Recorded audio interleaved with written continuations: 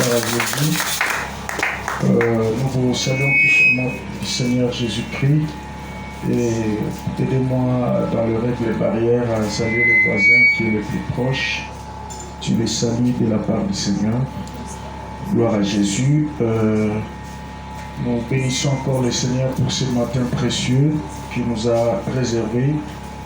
Je vais nous inviter rapidement à la lecture de la parole du Seigneur. Nous sommes dans Psaume chapitre 27 au verset 4. Psaume 27 au verset 4. Je demande à l'Éternel une chose que je désire ardemment. Je voudrais habiter toute ma vie dans la maison de l'Éternel pour contempler sa magnificence et pour admirer son temple. Que Dieu bénisse sa parole. On peut reprendre en place. On acclame le Seigneur, on acclame pour la parole Seigneur. Merci. Cette année, Dieu nous a dit que c'est une année de communion et d'intimité avec Dieu. Depuis le mardi de la semaine passée, on a commencé à développer un sujet. Nous avions parlé sur augmente notre foi. Et le vendredi, on a encore accéléré. Le Seigneur nous a parlé sur un sujet augmentons notre soif de Dieu. Donc, nous devons plus que jamais augmenter notre soif de Dieu. Il y a vraiment une urgence. Parce que nous vivons dans une génération où les gens ne savent plus comment pouvoir aimer le Seigneur, comment augmenter leur soif de Dieu. Alors, pour ce matin, nous voulons continuer dans le même sens, mais nous voulons étudier comment alors nous pouvons augmenter chacun notre soif de Dieu. Comment on peut augmenter la soif de Dieu. Amen. Dans les textes que nous venons de lire, ça c'est David qui est en train de exprimer son désir dans le verset 4. Il dit, je demande une chose à Dieu. Mais si tu continues, tu commences à partir du verset 1, tu comprendras bien le contexte. Tu seras d'accord avec moi que le contexte est en train de présenter ce grand homme de David devant une atmosphère de la peur. Donc il s'est retrouvé devant des circonstances qui provoquait la peur à son âme. Et finalement, si tu lis au verset 1, il dit « L'Éternel est ma lumière et mon salut ». Donc quelque part, la peur s'est présentée. Les situations devant lesquelles il s'est retrouvé, ça s'est présenté comme étant une obscurité. Alors il proclame ce qu'il croyait. « L'Éternel est ma lumière et mon salut. De qui aurais-je crainte? L'Éternel est le soutien de ma vie. De qui aurais-je peur? » Et enfin, il continue, même si un méchant s'avance contre moi pour dévorer ma chair, ce sont mes persécuteurs et mes ennemis qui chancellent et tombent. Et le verset 3, il dit, si une armée s'est campée contre moi, mon cœur n'aurait aucune crainte. Et si une guerre s'est levée contre moi, je serai malgré tout cela plein de confiance. Donc quelque part, il était en train de se présenter devant une situation qui était complètement effrayant. Mais au verset 4, il exprime son désir. Il dit, je désire ardemment une chose que je vais demander à Dieu, c'est d'habiter toute ma vie dans la présence de Dieu afin de contempler sa magnificence, de se contempler, admirer son temple. Donc la première des choses pour augmenter notre soif de Dieu, c'est d'abord décider de devenir un habitué de la présence de Dieu. Amen. Que chacun de nous se décide plus que jamais de devenir un habitué de la présence de Dieu.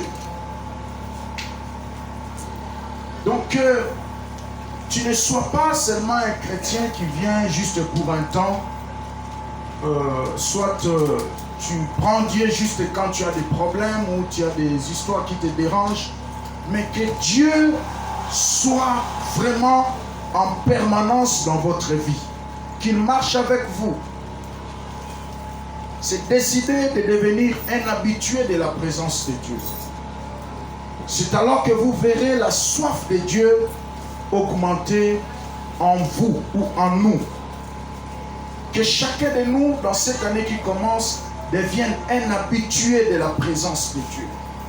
Parce que même en matière de la prière, il y a de ceux-là qui manquent de mots dans la présence de Dieu, tout simplement parce que ils ne sont pas habitués à communiquer avec le Seigneur. Parce que la personne avec laquelle vous vous êtes habitué de parler de temps en temps, tu ne manqueras pas de mots dans sa présence. J'entends quelqu'un dire Amen. Amen. Parce que vous êtes habitué à vous parler de temps en temps, à vous rencontrer de temps en temps.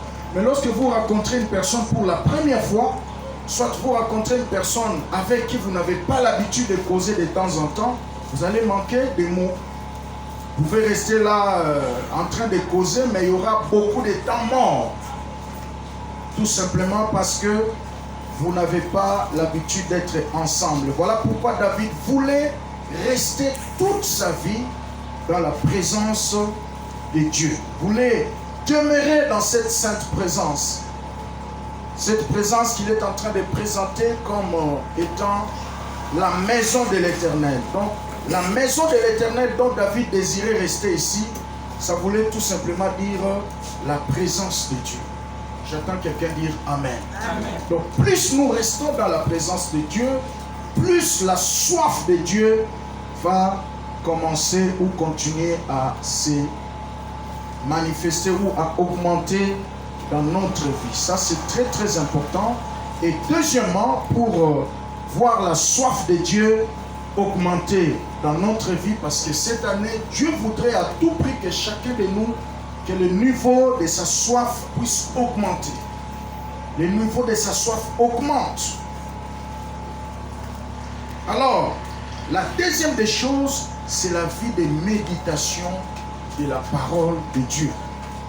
Amen. Lorsque nous devenons des méditateurs de la parole, Dieu fera en sorte que sa soif augmente en nous. Et la Bible dit dans Psaume chapitre, parce que souvent nous voulons les résultats, mais nous n'aimons pas trop les chemins qui amènent vers le résultat dont nous cherchons. Nous sommes dans Psaume chapitre 1, au verset 1, nous descendons un peu, si vous voulez, jusqu'au verset 3e. Heureux l'homme qui ne marche pas selon les conseils des méchants, qui ne s'arrête pas sur la voie des pécheurs et qui ne s'assit pas en compagnie des moqueurs, mais qui trouve son plaisir dans la loi de l'Éternel et qui la médite nuit et jour. Il est comme un arbre planté près d'un courant d'eau qui donne son fruit en sa saison et dont le feuillage ne flétrit point. Tout ce qu'il fait lui réussit. Voyez? Souvent, nous aimons la dernière partie ici. Frère, tu es méchant. Comment tu me fais souffrir comme ça? Souvent, nous aimons la dernière partie ici, qui est tout ce qu'il fait lui réussit. Donc, nous aimons souvent que tout ce que nous faisons réussisse. Mais il y a un chemin par lequel nous devons passer. Amen. Quelqu'un a dit les Congolais n'évoluent pas trop. Pourquoi? Parce qu'ils aiment beaucoup les résultats, mais les chemins qui amènent vers les résultats, ils ne l'aiment pas souvent. Amen, amen. Amen. Souvent, nous voulons à tout prix, lorsque nous servons Dieu, tout ce que nous faisions réussisse. Nous voulons à tout prix que nos familles soient en paix, nos boulots, nos activités marchent. Mais Dieu a donné les chemins ici. Mesdames et messieurs, frères et sœurs en Christ, il dit d'abord, heureux l'homme qui ne marche pas selon les conseils des méchants. Donc vous comprenez aussi que dans la marche avec Dieu, certaines personnes peuvent vous dégoûter la soif de Dieu. Parce qu'un méchant n'est pas forcément un pécheur, mais un méchant, c'est quelqu'un qui connaît la loi, mais qui ne l'obéit pas. Qui connaît, qui sait ce qu'il doit faire, mais qui refuse de le faire. Mais la Bible continue, qui ne s'assied pas dans la compagnie des moqueurs, mais qui trouve son plaisir dans la loi de l'Éternel. Trouver plaisir dans la loi de l'Éternel, c'est ce que j'appelle méditer la parole nuit et jour. Soit quelqu'un qui médite la parole. Et lorsque vous méditez régulièrement cette parole, la soif de Dieu va monter en vous. Je me rappelle, avant ma conversion, je ne connaissais que Matthieu 7,7. Et je l'ai entendu dans une pièce théâtrale de Siatoula.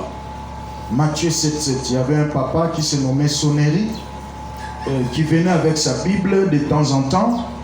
Il était pasteur entre guillemets, mais qui venait juste avec sa Bible au moment où les gens veulent manger.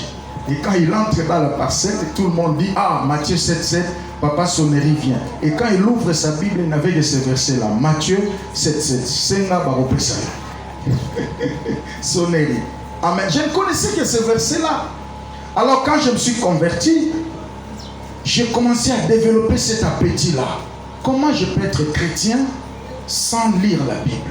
Comment je peux être chrétien sans comprendre la Bible? Comment je peux porter une Bible que je ne lis pas? Non, je dois lire la Bible. Alors plus ces sentiments montaient en moi, plus je continuais à obéir à ce que le Saint-Esprit me poussait à faire. Je méditais, jusqu'au point que cette soif a tellement augmenté, au point que je me suis décidé de lire toute la Bible pour la première fois. J'ai commencé Genèse, Exode, Lévitique, Nombre, Deutéronome, Juge, ainsi de suite. J'ai terminé l'Ancien Testament et j'ai commencé le Nouveau Testament, Matthieu jusqu'en Apocalypse. Et quand j'ai fini pour la première fois, je me suis dit: ah bon, c'est une expérience que tout le monde peut essayer. Alors, je me suis décidé de découper l'année à plus ou moins 6 parties. Je me suis dit, chaque 2 mois, je vais m'efforcer de lire toute la Bible. Et c'est comme ça que je pouvais me retrouver dans une année. Je lis toute la Bible 7 fois, 6 fois, 7 fois, 6 fois, 7 fois, 6 fois. Et ça a commencé comme ça, une habitude, jusqu'au point qu'à un certain moment, j'avais la capacité de maîtriser beaucoup d'histoires bibliques et beaucoup de versets. Je les mémorisais comme ça. Et voilà, cette soif-là m'a poussé. Et maintenant que je commence à comprendre la Bible, qu'est-ce que je dois faire? Je dois faire des écoles bibliques. Cette soif-là continue à monter, jusqu'au point que Dieu m'a fait grâce. Aujourd'hui, chaque année, je lis la Bible au moins une fois. Parce que vu les charges, je ne saurais plus faire 6-7 fois comme c'était par le passé. Donc, la méditation de la parole de Dieu augmente en nous la soif de Dieu. Et cette soif-là fera en sorte que tout ce que nous faisions nous réussisse. Et David est en train de dire dans ce psaume que j'aime beaucoup, dans Psaume 119, verset 11. Psaume 119, verset 11, il dit: je serre ta parole dans mon cœur. Bien-aimé, dans cette année qui commence, efforce-toi de serrer la parole de Dieu dans le cœur. C'est très important. Et dans Psaume 119, verset 105, Psaume 119, verset 105, c'est toujours David. Il dit: ta parole est une lampe à mes pieds et une lumière qui éclaire ma route ou mon sentier dans d'autres versions. Voyez?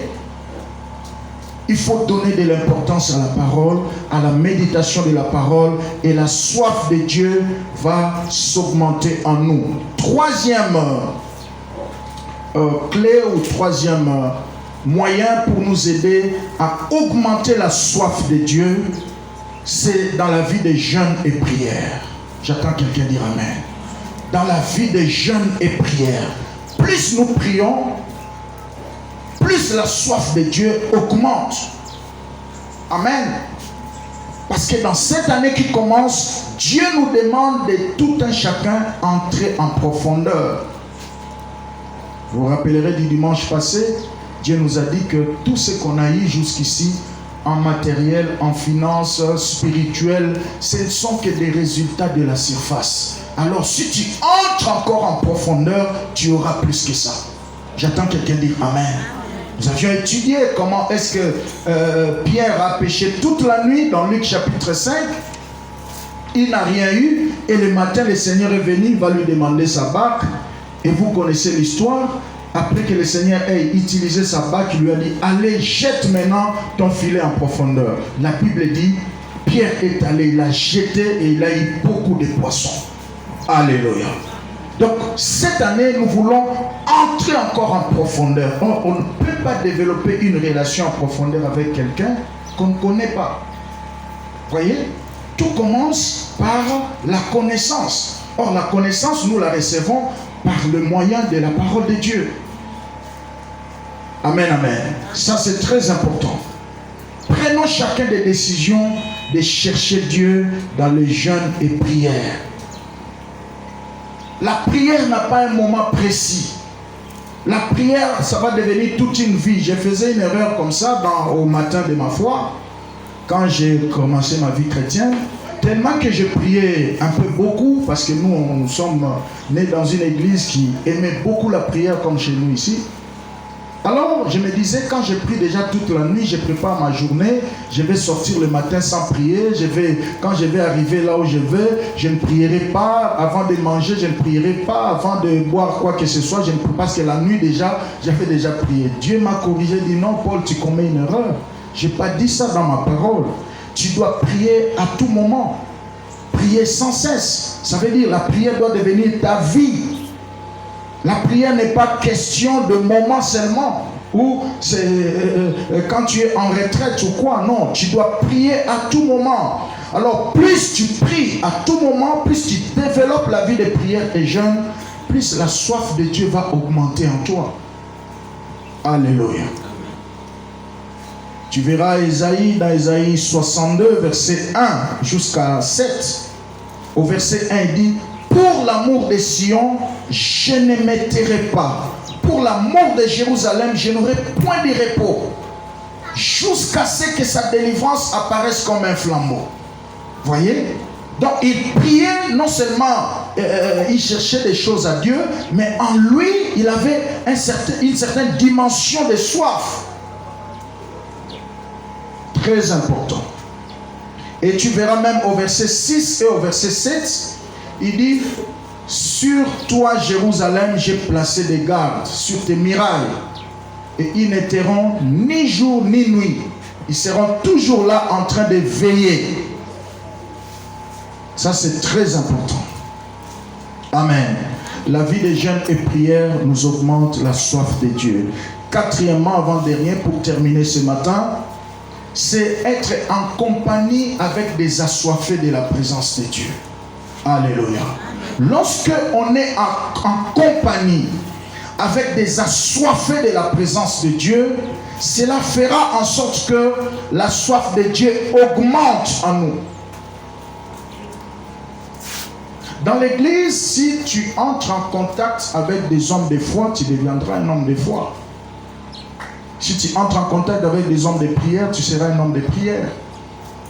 Amen. Alléluia. Mais aussi quand tu racontes des aventuriers dans la présence de Dieu, ils vont t'affecter, ils vont t'influencer ce qu'ils sont. Voilà pourquoi quand nous sommes venus nouvellement à l'église, nous ne sommes pas connectés avec n'importe qui. Parce que l'onction se communique. Et la Bible dit aussi, les comportements se communiquent. Dans 1 Corinthiens 15, 33, la Bible dit, les mauvaises compagnies corrompent de bonnes mœurs. Voyez-vous? Si les mauvaises compagnies corrompent de bonnes mœurs, alors les bonnes compagnies transforment les mœurs. J'attends quelqu'un dire Amen. Ça, c'est très important. Être en compagnie avec des assoiffés de la présence de Dieu. Quand tu te fais ami des hommes et femmes assoiffés de la présence de Dieu, ils vont te communiquer ce qu'ils sont et ta vie changera, ta destinée changera. Parce que nous ne devons pas oublier que chaque niveau de notre destinée exige des alliés spécifiques. Amen. Parce que la vie est faite de graduations. 1, 2, 3, 4, 5. Plus tu es en train de monter, plus Dieu va te connecter à des personnes qui vont activer quelque chose en vous. J'attends quelqu'un dire Amen. Et je prie le Seigneur dans cette année qui commence que tu rencontres des hommes de ta destinée, des femmes de ta destinée. Ce sont des hommes que Dieu a placés pour réveiller quelque chose qui dormait en vous, pour rallumer quelque chose qui dormait en vous, qui sommeillait en vous. Ça, c'est très très important. Et dans 1 Samuel chapitre 10 au verset 1 jusqu'à 11, nous voyons une très belle illustration de cela. 1 Samuel 10, à partir du verset 1 jusqu'à 11. C'est par là que je suis en train de terminer pour ce matin. J'aimerais que nous puissions étudier cela rapidement et clôturer. Nous voyons une très belle illustration de ces choses. Mon frère, ma soeur, dans cette année qui commence, si tu veux augmenter la soif de Dieu en vous, cherchez la compagnie des hommes et des femmes, cherchez à vous allier, cherchez à vous connecter, cherchez l'amitié aux hommes et aux femmes assoiffés de la présence de Dieu. Et tu deviendras assoiffé aussi de la présence de Dieu et tu augmenteras la soif de Dieu en vous. Si tu lis le verset 2 de 1 Samuel 10, tu verras, après que Saoul ait été oint par le prophète Samuel, le prophète lui dit, aujourd'hui, après m'avoir quitté. Si tu commences à partir du verset 2 jusqu'au verset 11, tu verras qu'après que Saoul ait reçu l'onction pour devenir roi en Israël, chaque niveau qu'il montait, sur le chemin qu'il marchait, il rencontrait des hommes spécifiques. Et ces hommes-là apportaient quelque chose dans sa vie. Premièrement, au verset 2, la Bible dit, aujourd'hui après m'avoir quitté, tu rencontreras 2 hommes près du sépulcre de Rachel, près de la tombe de Rachel. Rachel qui était la femme de Jacob, voyez, qu'il aimait beaucoup. Rachel était la mère même de Joseph. Elle n'a eu que 2 enfants, Joseph et Benjamin. Ça c'est pour votre connaissance. Alors, pourquoi après avoir reçu l'onction, Saoul devait passer près de la tombe de Rachel? Amen. C'est très significatif. Il a rencontré 2 hommes près de la tombe de Rachel. Dans notre marche avec le Seigneur, si nous ne sommes pas encore acceptés de mourir selon la chair, la gloire de Dieu ne se manifestera jamais. J'attends quelqu'un dire Amen. Le fait que Saoul devait passer à côté de la tombe de Rachel, c'est l'image de la mort selon la chair. L'apôtre Paul dit dans Galates 2, verset 20, « J'ai crucifié ma chair avec Christ à la croix, et si je vis, ce n'est plus moi qui vis, mais c'est Christ qui vit en moi. » J'attends quelqu'un dire Amen. Ça, c'est très très important. Parce que cette année, c'est une année de communion, d'intimité avec Dieu. Nous ne pouvons pas développer la communion et l'intimité avec Dieu si nous ne sommes pas capables de passer près de la tombe de Rachel. Si nous ne sommes pas capables de crucifier la chair. Si nous ne sommes pas capables d'imposer, de maîtriser les caprices de l'âme, parce que la Bible dit les désirs de la chair sont contraires à ceux de l'esprit. J'attends quelqu'un dire Amen. Or, Dieu avec qui nous voulons développer notre communion et l'intimité, il est esprit. Et la Bible dit, il faut que ceux qui l'adorent en esprit et en vérité. Voyez, plus les œuvres de la chair prennent beaucoup de place, moins ta relation et ta communion, même ton intimité avec Dieu le sera. J'attends quelqu'un dire Amen. Voilà pourquoi Saoul, après avoir reçu l'onction, devait passer près de la tombe de Rachel. La mort selon la chair. Faites un effort cette année de maîtriser les caprices de l'âme. L'âme te poussera toujours aux choses contraires à ce que Dieu veut que tu fasses. Tu dois les maîtriser, vous. Ceux qui viennent avec nous à l'école du ministère. Je vous ai parlé d'un cours sur la vie chrétienne convenable. Voyez-vous? Et tout au long de ces cours, on a étudié, on a fait l'exégèse de Galates chapitre 2, verset 20. Plus tu es en train de maîtriser les caprices de l'âme, plus tu maîtrises les caprices de la chair, plus grand sera ton esprit et plus efficace sera ton ministère sur le terrain. J'attends quelqu'un dire Amen. Parce que nous cherchons l'intimité, nous cherchons la communion. Cette année, que chacun de nous accepte de rencontrer ces deux hommes près de la tombe de Rachel. Et la troisième des choses, au verset 3 de 1 Samuel 10, la Bible dit, dès là tu iras plus loin. Ça, j'aimerais rester là pendant 2 minutes. Après avoir mouru selon la chair, alors tu iras plus loin dans ton intimité avec le Seigneur. Tu iras plus loin dans ta communion avec Dieu, parce que tu es passé près de la tombe de Rachel. J'attends quelqu'un dire Amen. Que chacun de nous se décide de maîtriser un peu les caprices de la chair. L'apôtre Paul dit, je traite durement mon corps afin de ne pas être disqualifié après avoir prêché à d'autres personnes. Alléluia. Dans cette année qui commence, discipline-toi dans ton corps et tu iras plus loin. Parce qu'ici le prophète lui dit, après avoir passé à côté de la tombe de Rachel, tu iras plus loin dans ton intimité avec Dieu et dans ta communion avec le Seigneur. Ça c'est très très important. Et en allant plus loin, tu rencontreras 3 hommes. Voyez, chaque fois qu'il passe, il est en train de rencontrer des types de personnes qui apportent quelque chose dans sa destinée. Et tu en as aussi besoin dans cette année. J'attends quelqu'un dire Amen. De là, tu iras plus loin. Tu rencontreras 3 hommes qui montent vers Bethel.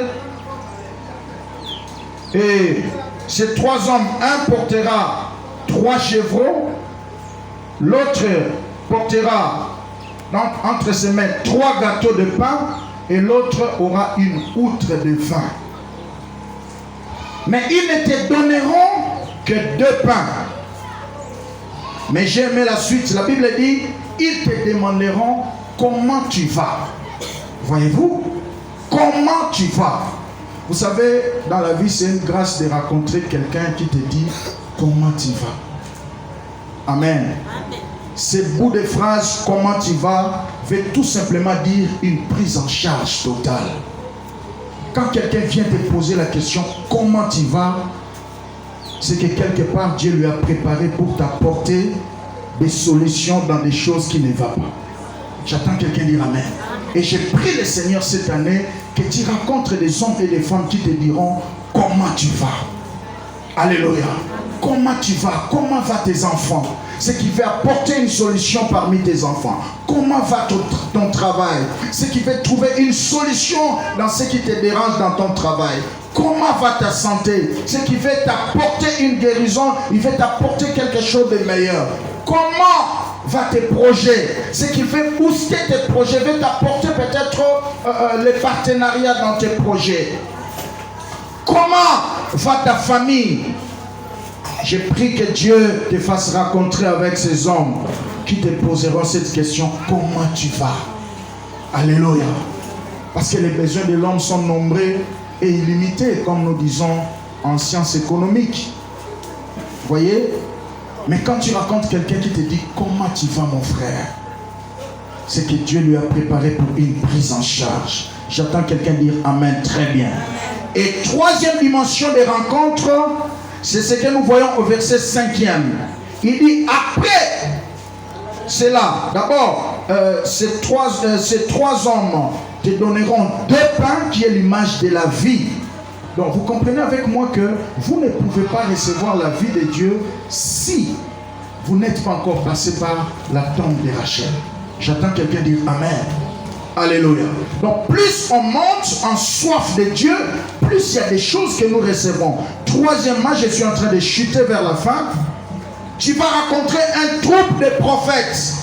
Tu prophétiseras avec eux et tu seras changé à un autre homme. Alléluia. Un groupe de prophètes. Tu vas les rencontrer et tu seras changé à un autre homme. C'est ce que j'ai dit dans mon introduction sur ce point ici, le point 4, que si tu veux augmenter ta soif avec Dieu, décide-toi de devenir ami, décide-toi de devenir ami des assoiffés de la présence de Dieu. Amen. Et quand le roi Saoul s'est connecté avec le troupe des prophètes, la Bible dit qu'il a commencé à prophétiser avec eux. Donc la soif de prophétiser est montée en lui tout simplement à cause de cette connexion-là. J'attends quelqu'un dire Amen très bien. Amen. Et quatrièmement, toujours dans ces versets, après tu iras à Gilgal. Tu iras à Gilgal. Ça, nous les voyons à partir du verset suivant. Ils te demanderont comment tu vas, ils te donneront 2 pains, tu as des trucs. Après cela, tu trouveras le verset 5 à Gibéa et Lolim, où se trouve une garnison de prophètes. En entrant dans la ville, tu rencontreras une troupe de prophètes descendant du haut lieu, précédés de luttes, de tambourins, de flûtes,